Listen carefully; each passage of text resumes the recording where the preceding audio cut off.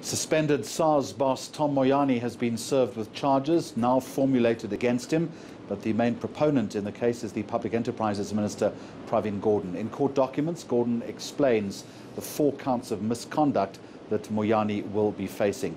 Let's give you a little more detail on this long-running story. eNCA's Aldrin Sampier is working that for us. And Aldrin, good afternoon to you. And these two have been eyeballing each other for quite some time now, haven't they?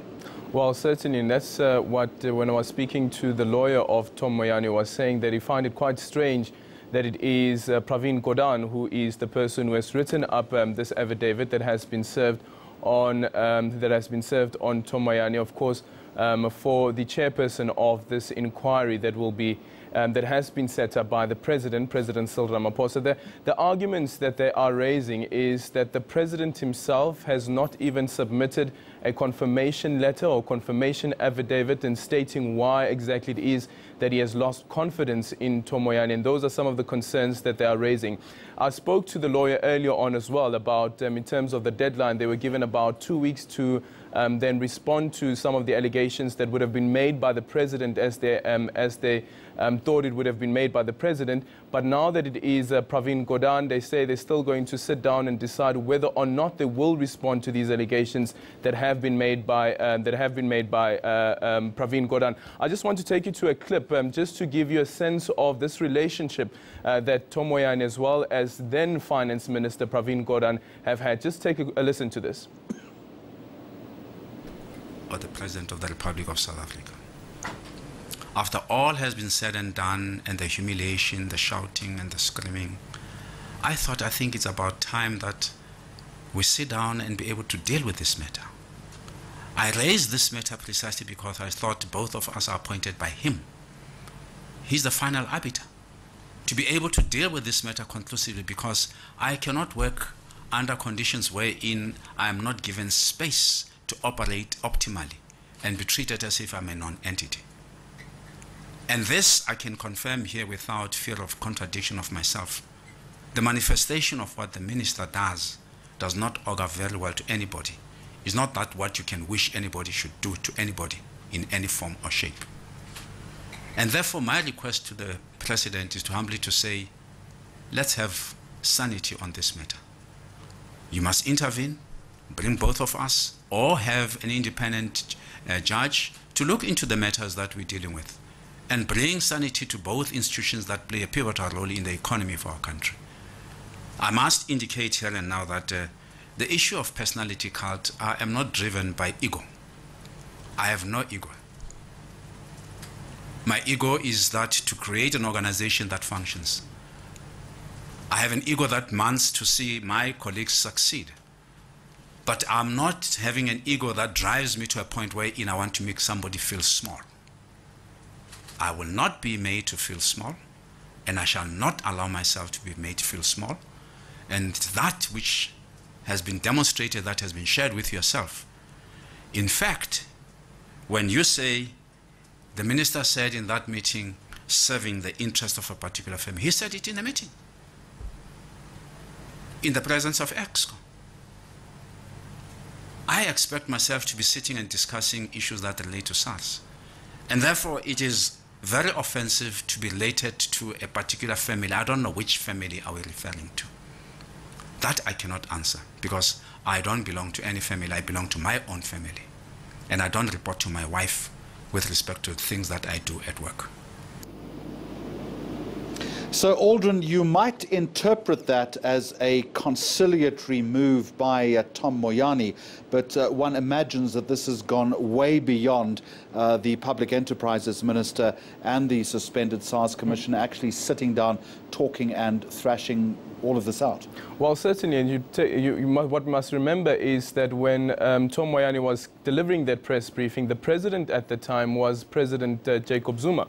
And we now know that it's Cyril Ramaphosa who is the President of the country, and there were concerns that were raised at the time as well that the President then, Jacob Zuma, was not playing a big enough role to ensure that he mends this relationship between Pravin Gordhan, who was the Finance Minister at the time, and Tom Moyane, who's now been suspended by President Cyril Ramaphosa. And how this will play out is certainly something that we need to watch quite closely. And as we see from Tom Moyane's lawyers, at least, they feel that Pravin Gordhan shouldn't have been the person who writes that affidavit, because as you've mentioned, that he is the Minister of Public Enterprise, he's not the Minister of Finance. And because when it comes to institutions of government, whether it is when it comes to legal cases, there is what they call institutional memory. So whether you have a change of the political head, that does not mean that the person who was in that position previously must now be the person who responds in legal documents. Because you have institutional memory, it means that the current minister, Nhlanhla Nene, must be the person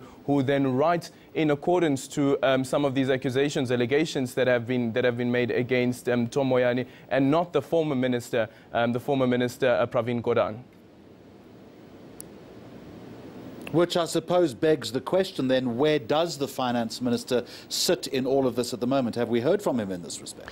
We haven't heard from the finance ministers yet, and here's another problem that the finance minister is sitting with at the moment. The acting Sars commissioner, his term comes to an end in the next couple of days. I think in about 3 days. Remember, as the acting Sars commissioner, they're only allowed to serve about 90 days, and it is the finance minister who appoints the acting Sars commissioner.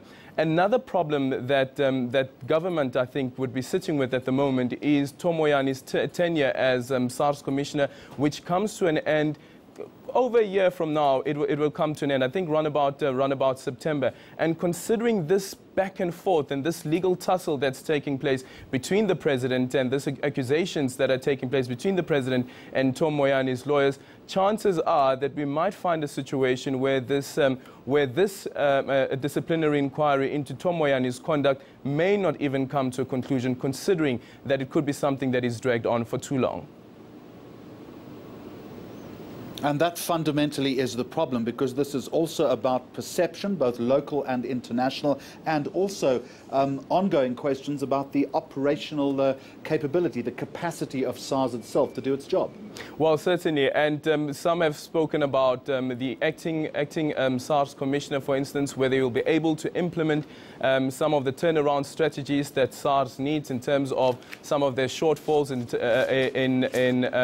tax revenue collection as well. Whether they'll be able to do that, considering that there are some accusations and concerns that have been raised around the staff morale within SARS itself.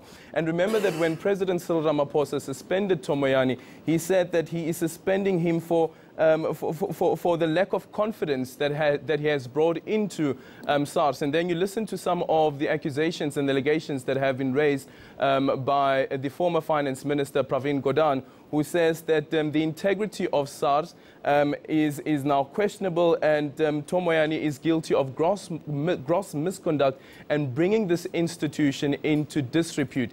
Now you have two huge institutions, very important institutions when it comes to the finances of this country. One institution is quiet, and that is the institution of Treasury, and on the other side you have what's happening in SARS, where there's no conclusion with regards to Tom Moyane's conduct.